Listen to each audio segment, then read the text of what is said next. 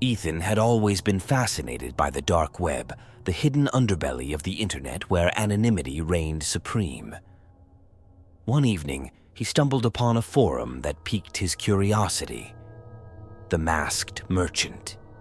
Intrigued by the mysterious title, he delved deeper, finding threads filled with ominous tales of encounters with a seller who traded in the macabre. The forum was full of warnings. Users recounted horrifying experiences after purchasing items from the Masked Merchant, cursed artifacts, haunted dolls, and bizarre trinkets that brought nothing but misery. Despite the red flags, Ethan's curiosity got the better of him. He decided to make a purchase, just to see if the stories were true. Ethan navigated the cryptic website, his heart pounding with excitement and fear. He finally found the merchant's page, where an array of eerie items was displayed. One item caught his eye, an antique mirror said to reveal the true self of anyone who looked into it. Without hesitating, he clicked Buy. The package arrived sooner than expected, wrapped in old, yellowing newspaper. Ethan unwrapped it carefully, revealing the mirror's ornate gold frame. It looked ancient, just as the description had promised. With a mix of anticipation and dread, he hung it on his bedroom wall. That night, as he lay in bed, Ethan couldn't resist taking a glance into the mirror. His reflection stared back, but there was something off. His eyes seemed darker, more hollow. He shrugged it off as a trick of the light and went to sleep, unaware of the nightmare that awaited him. Over the next few days, Ethan noticed subtle changes in his reflection. It moved when he didn't, grinning when he frowned. He began hearing whispers, sinister voices that seemed to emanate from the mirror. The more he looked, the more distorted his reflection became, until it no longer resembled him at all. Desperate for answers, Ethan returned to the forum, posting about his experience. Responses flooded in, urging him to destroy the mirror immediately. One user claimed that the mirror trapped souls and that Ethan was in grave danger. Panic set in as he realized he might have unleashed something far worse than he imagined. Ethan tried to break the mirror, but it was indestructible. He threw it from his balcony, only to find it back on his wall the next morning, intact and gleaming. The whispers grew louder, now accompanied by shadowy figures that haunted his every move. Sleep-deprived and terrified, Ethan sought help from a paranormal expert. The expert, an old man with a grim expression, took one look at the mirror and recoiled in horror. "You must leave this place," he said. "The mirror has chosen you. It won't rest until it consumes your soul." Ignoring the expert's advice, Ethan tried one last time to rid himself of the mirror. He doused it in gasoline and set it ablaze, but the fire died out instantly, leaving the mirror unscathed. Defeated, he sank into a chair, the whispers now a cacophony of tormenting voices. Days turned into weeks, and Ethan's mental state deteriorated. He could no longer distinguish between reality and the horrors reflected in the mirror. His reflection seemed to gain substance, stepping out of the mirror to torment him physically. Cuts and bruises appeared on his body without explanation. In a final act of desperation, Ethan decided to end it all. He wrote a note detailing his experience and placed it beside the mirror. With tears streaming down his face, he took a knife and slashed at his wrists, hoping to escape the nightmare. As his vision blurred and darkness closed in, he saw his reflection smirk one last time before stepping out of the mirror entirely. It leaned over him, whispering, "Now you are mine." Ethan's life ebbed away, leaving his soulless body behind. Ethan's body was found days later, the mirror still hanging on the wall. His note was discovered, sparking a renewed interest in the Masked Merchants forum. Users shared his story, adding it to the growing list of warnings about the cursed items. Despite the cautionary tales, curiosity continued to draw people to the Masked Merchant. The mirror was sold again, passing from one unfortunate soul to another, each one doomed to the same fate as Ethan. The merchant's business thrived, feeding on the endless supply of curious and unsuspecting victims.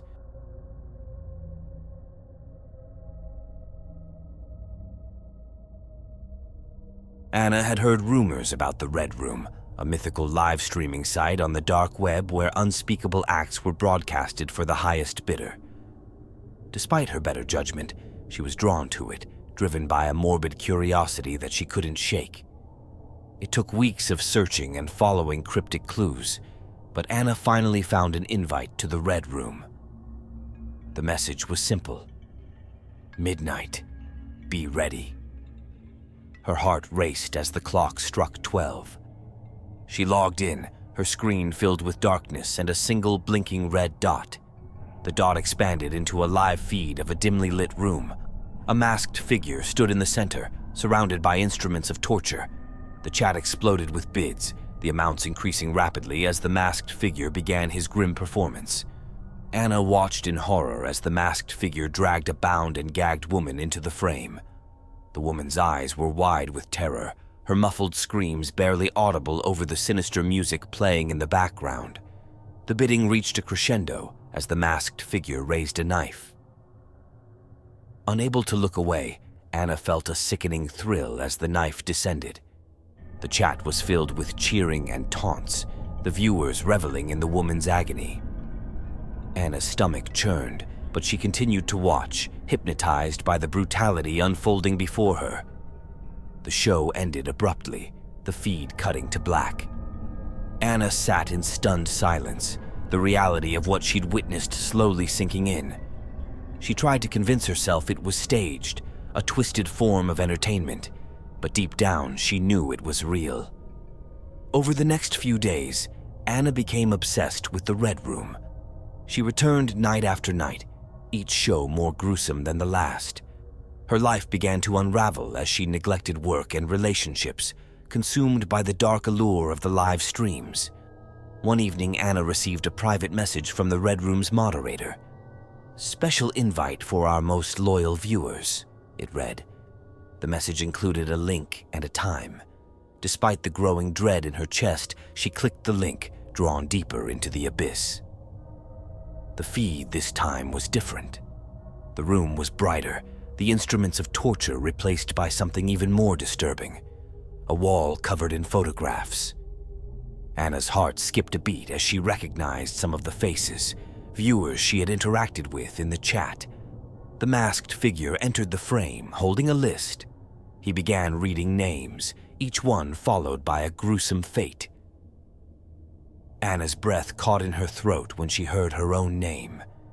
The figure looked directly into the camera, his eyes glinting with malice. "You're next, Anna." Panic seized her.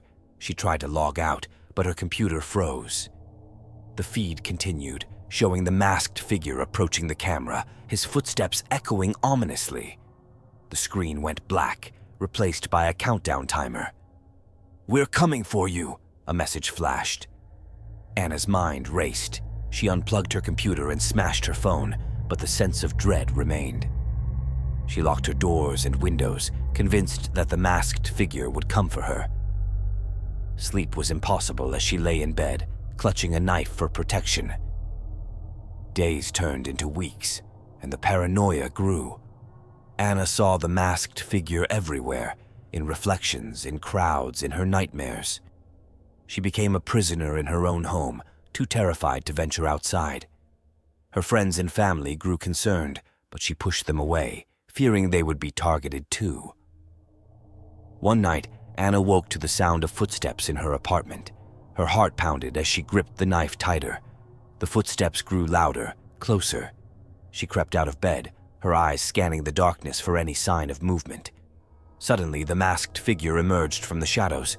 Anna screamed and lunged with the knife, but the figure was too fast. He disarmed her effortlessly, his grip like iron. "It's your turn, Anna," he whispered. Her screams were cut short as darkness enveloped her. The next day, a new show was announced on the Red Room, featuring a special guest, Anna.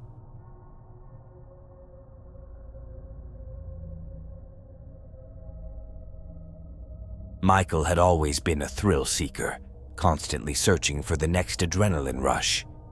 When he heard about the silent auction on the dark web, he couldn't resist the temptation. The auction promised the most unique and dangerous experiences money could buy. Accessing the auction required a special code, which Michael obtained through a series of shady dealings. The website was stark and minimalistic, with a single countdown timer ticking away the seconds until the next event. The anticipation was almost unbearable. When the timer hit 0, the auction began.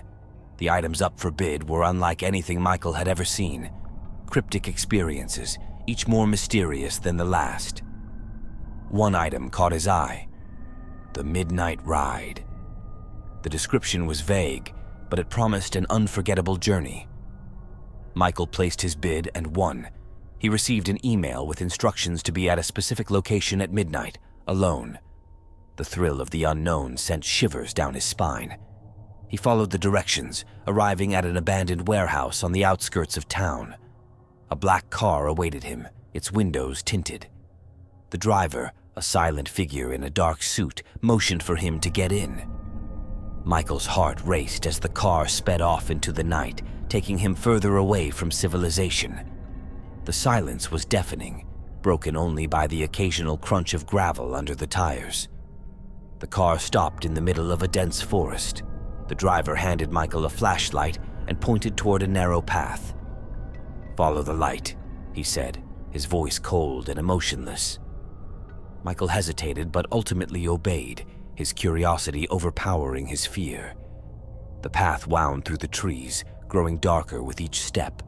The flashlight flickered, casting eerie shadows that danced around him.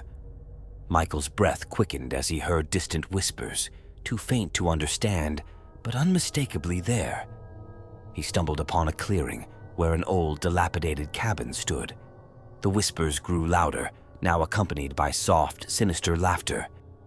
Michael's hand shook as he reached for the door, pushing it open with a creak that echoed through the forest.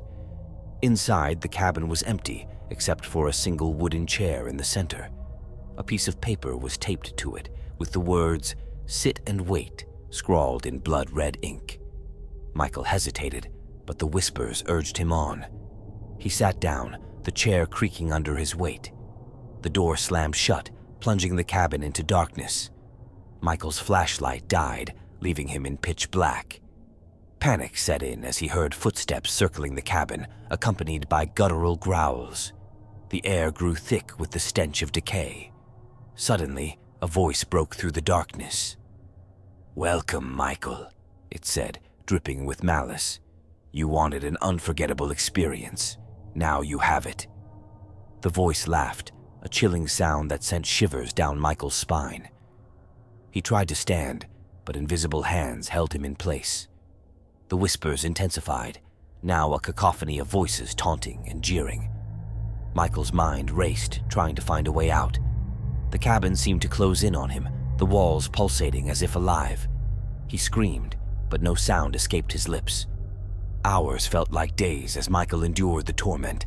The voices revealed his deepest fears, exploiting them with cruel precision. He saw visions of his past mistakes, his regrets, each one more painful than the last. The boundary between reality and nightmare blurred. As dawn approached, the torment ceased. The door creaked open, and the invisible hands released their grip.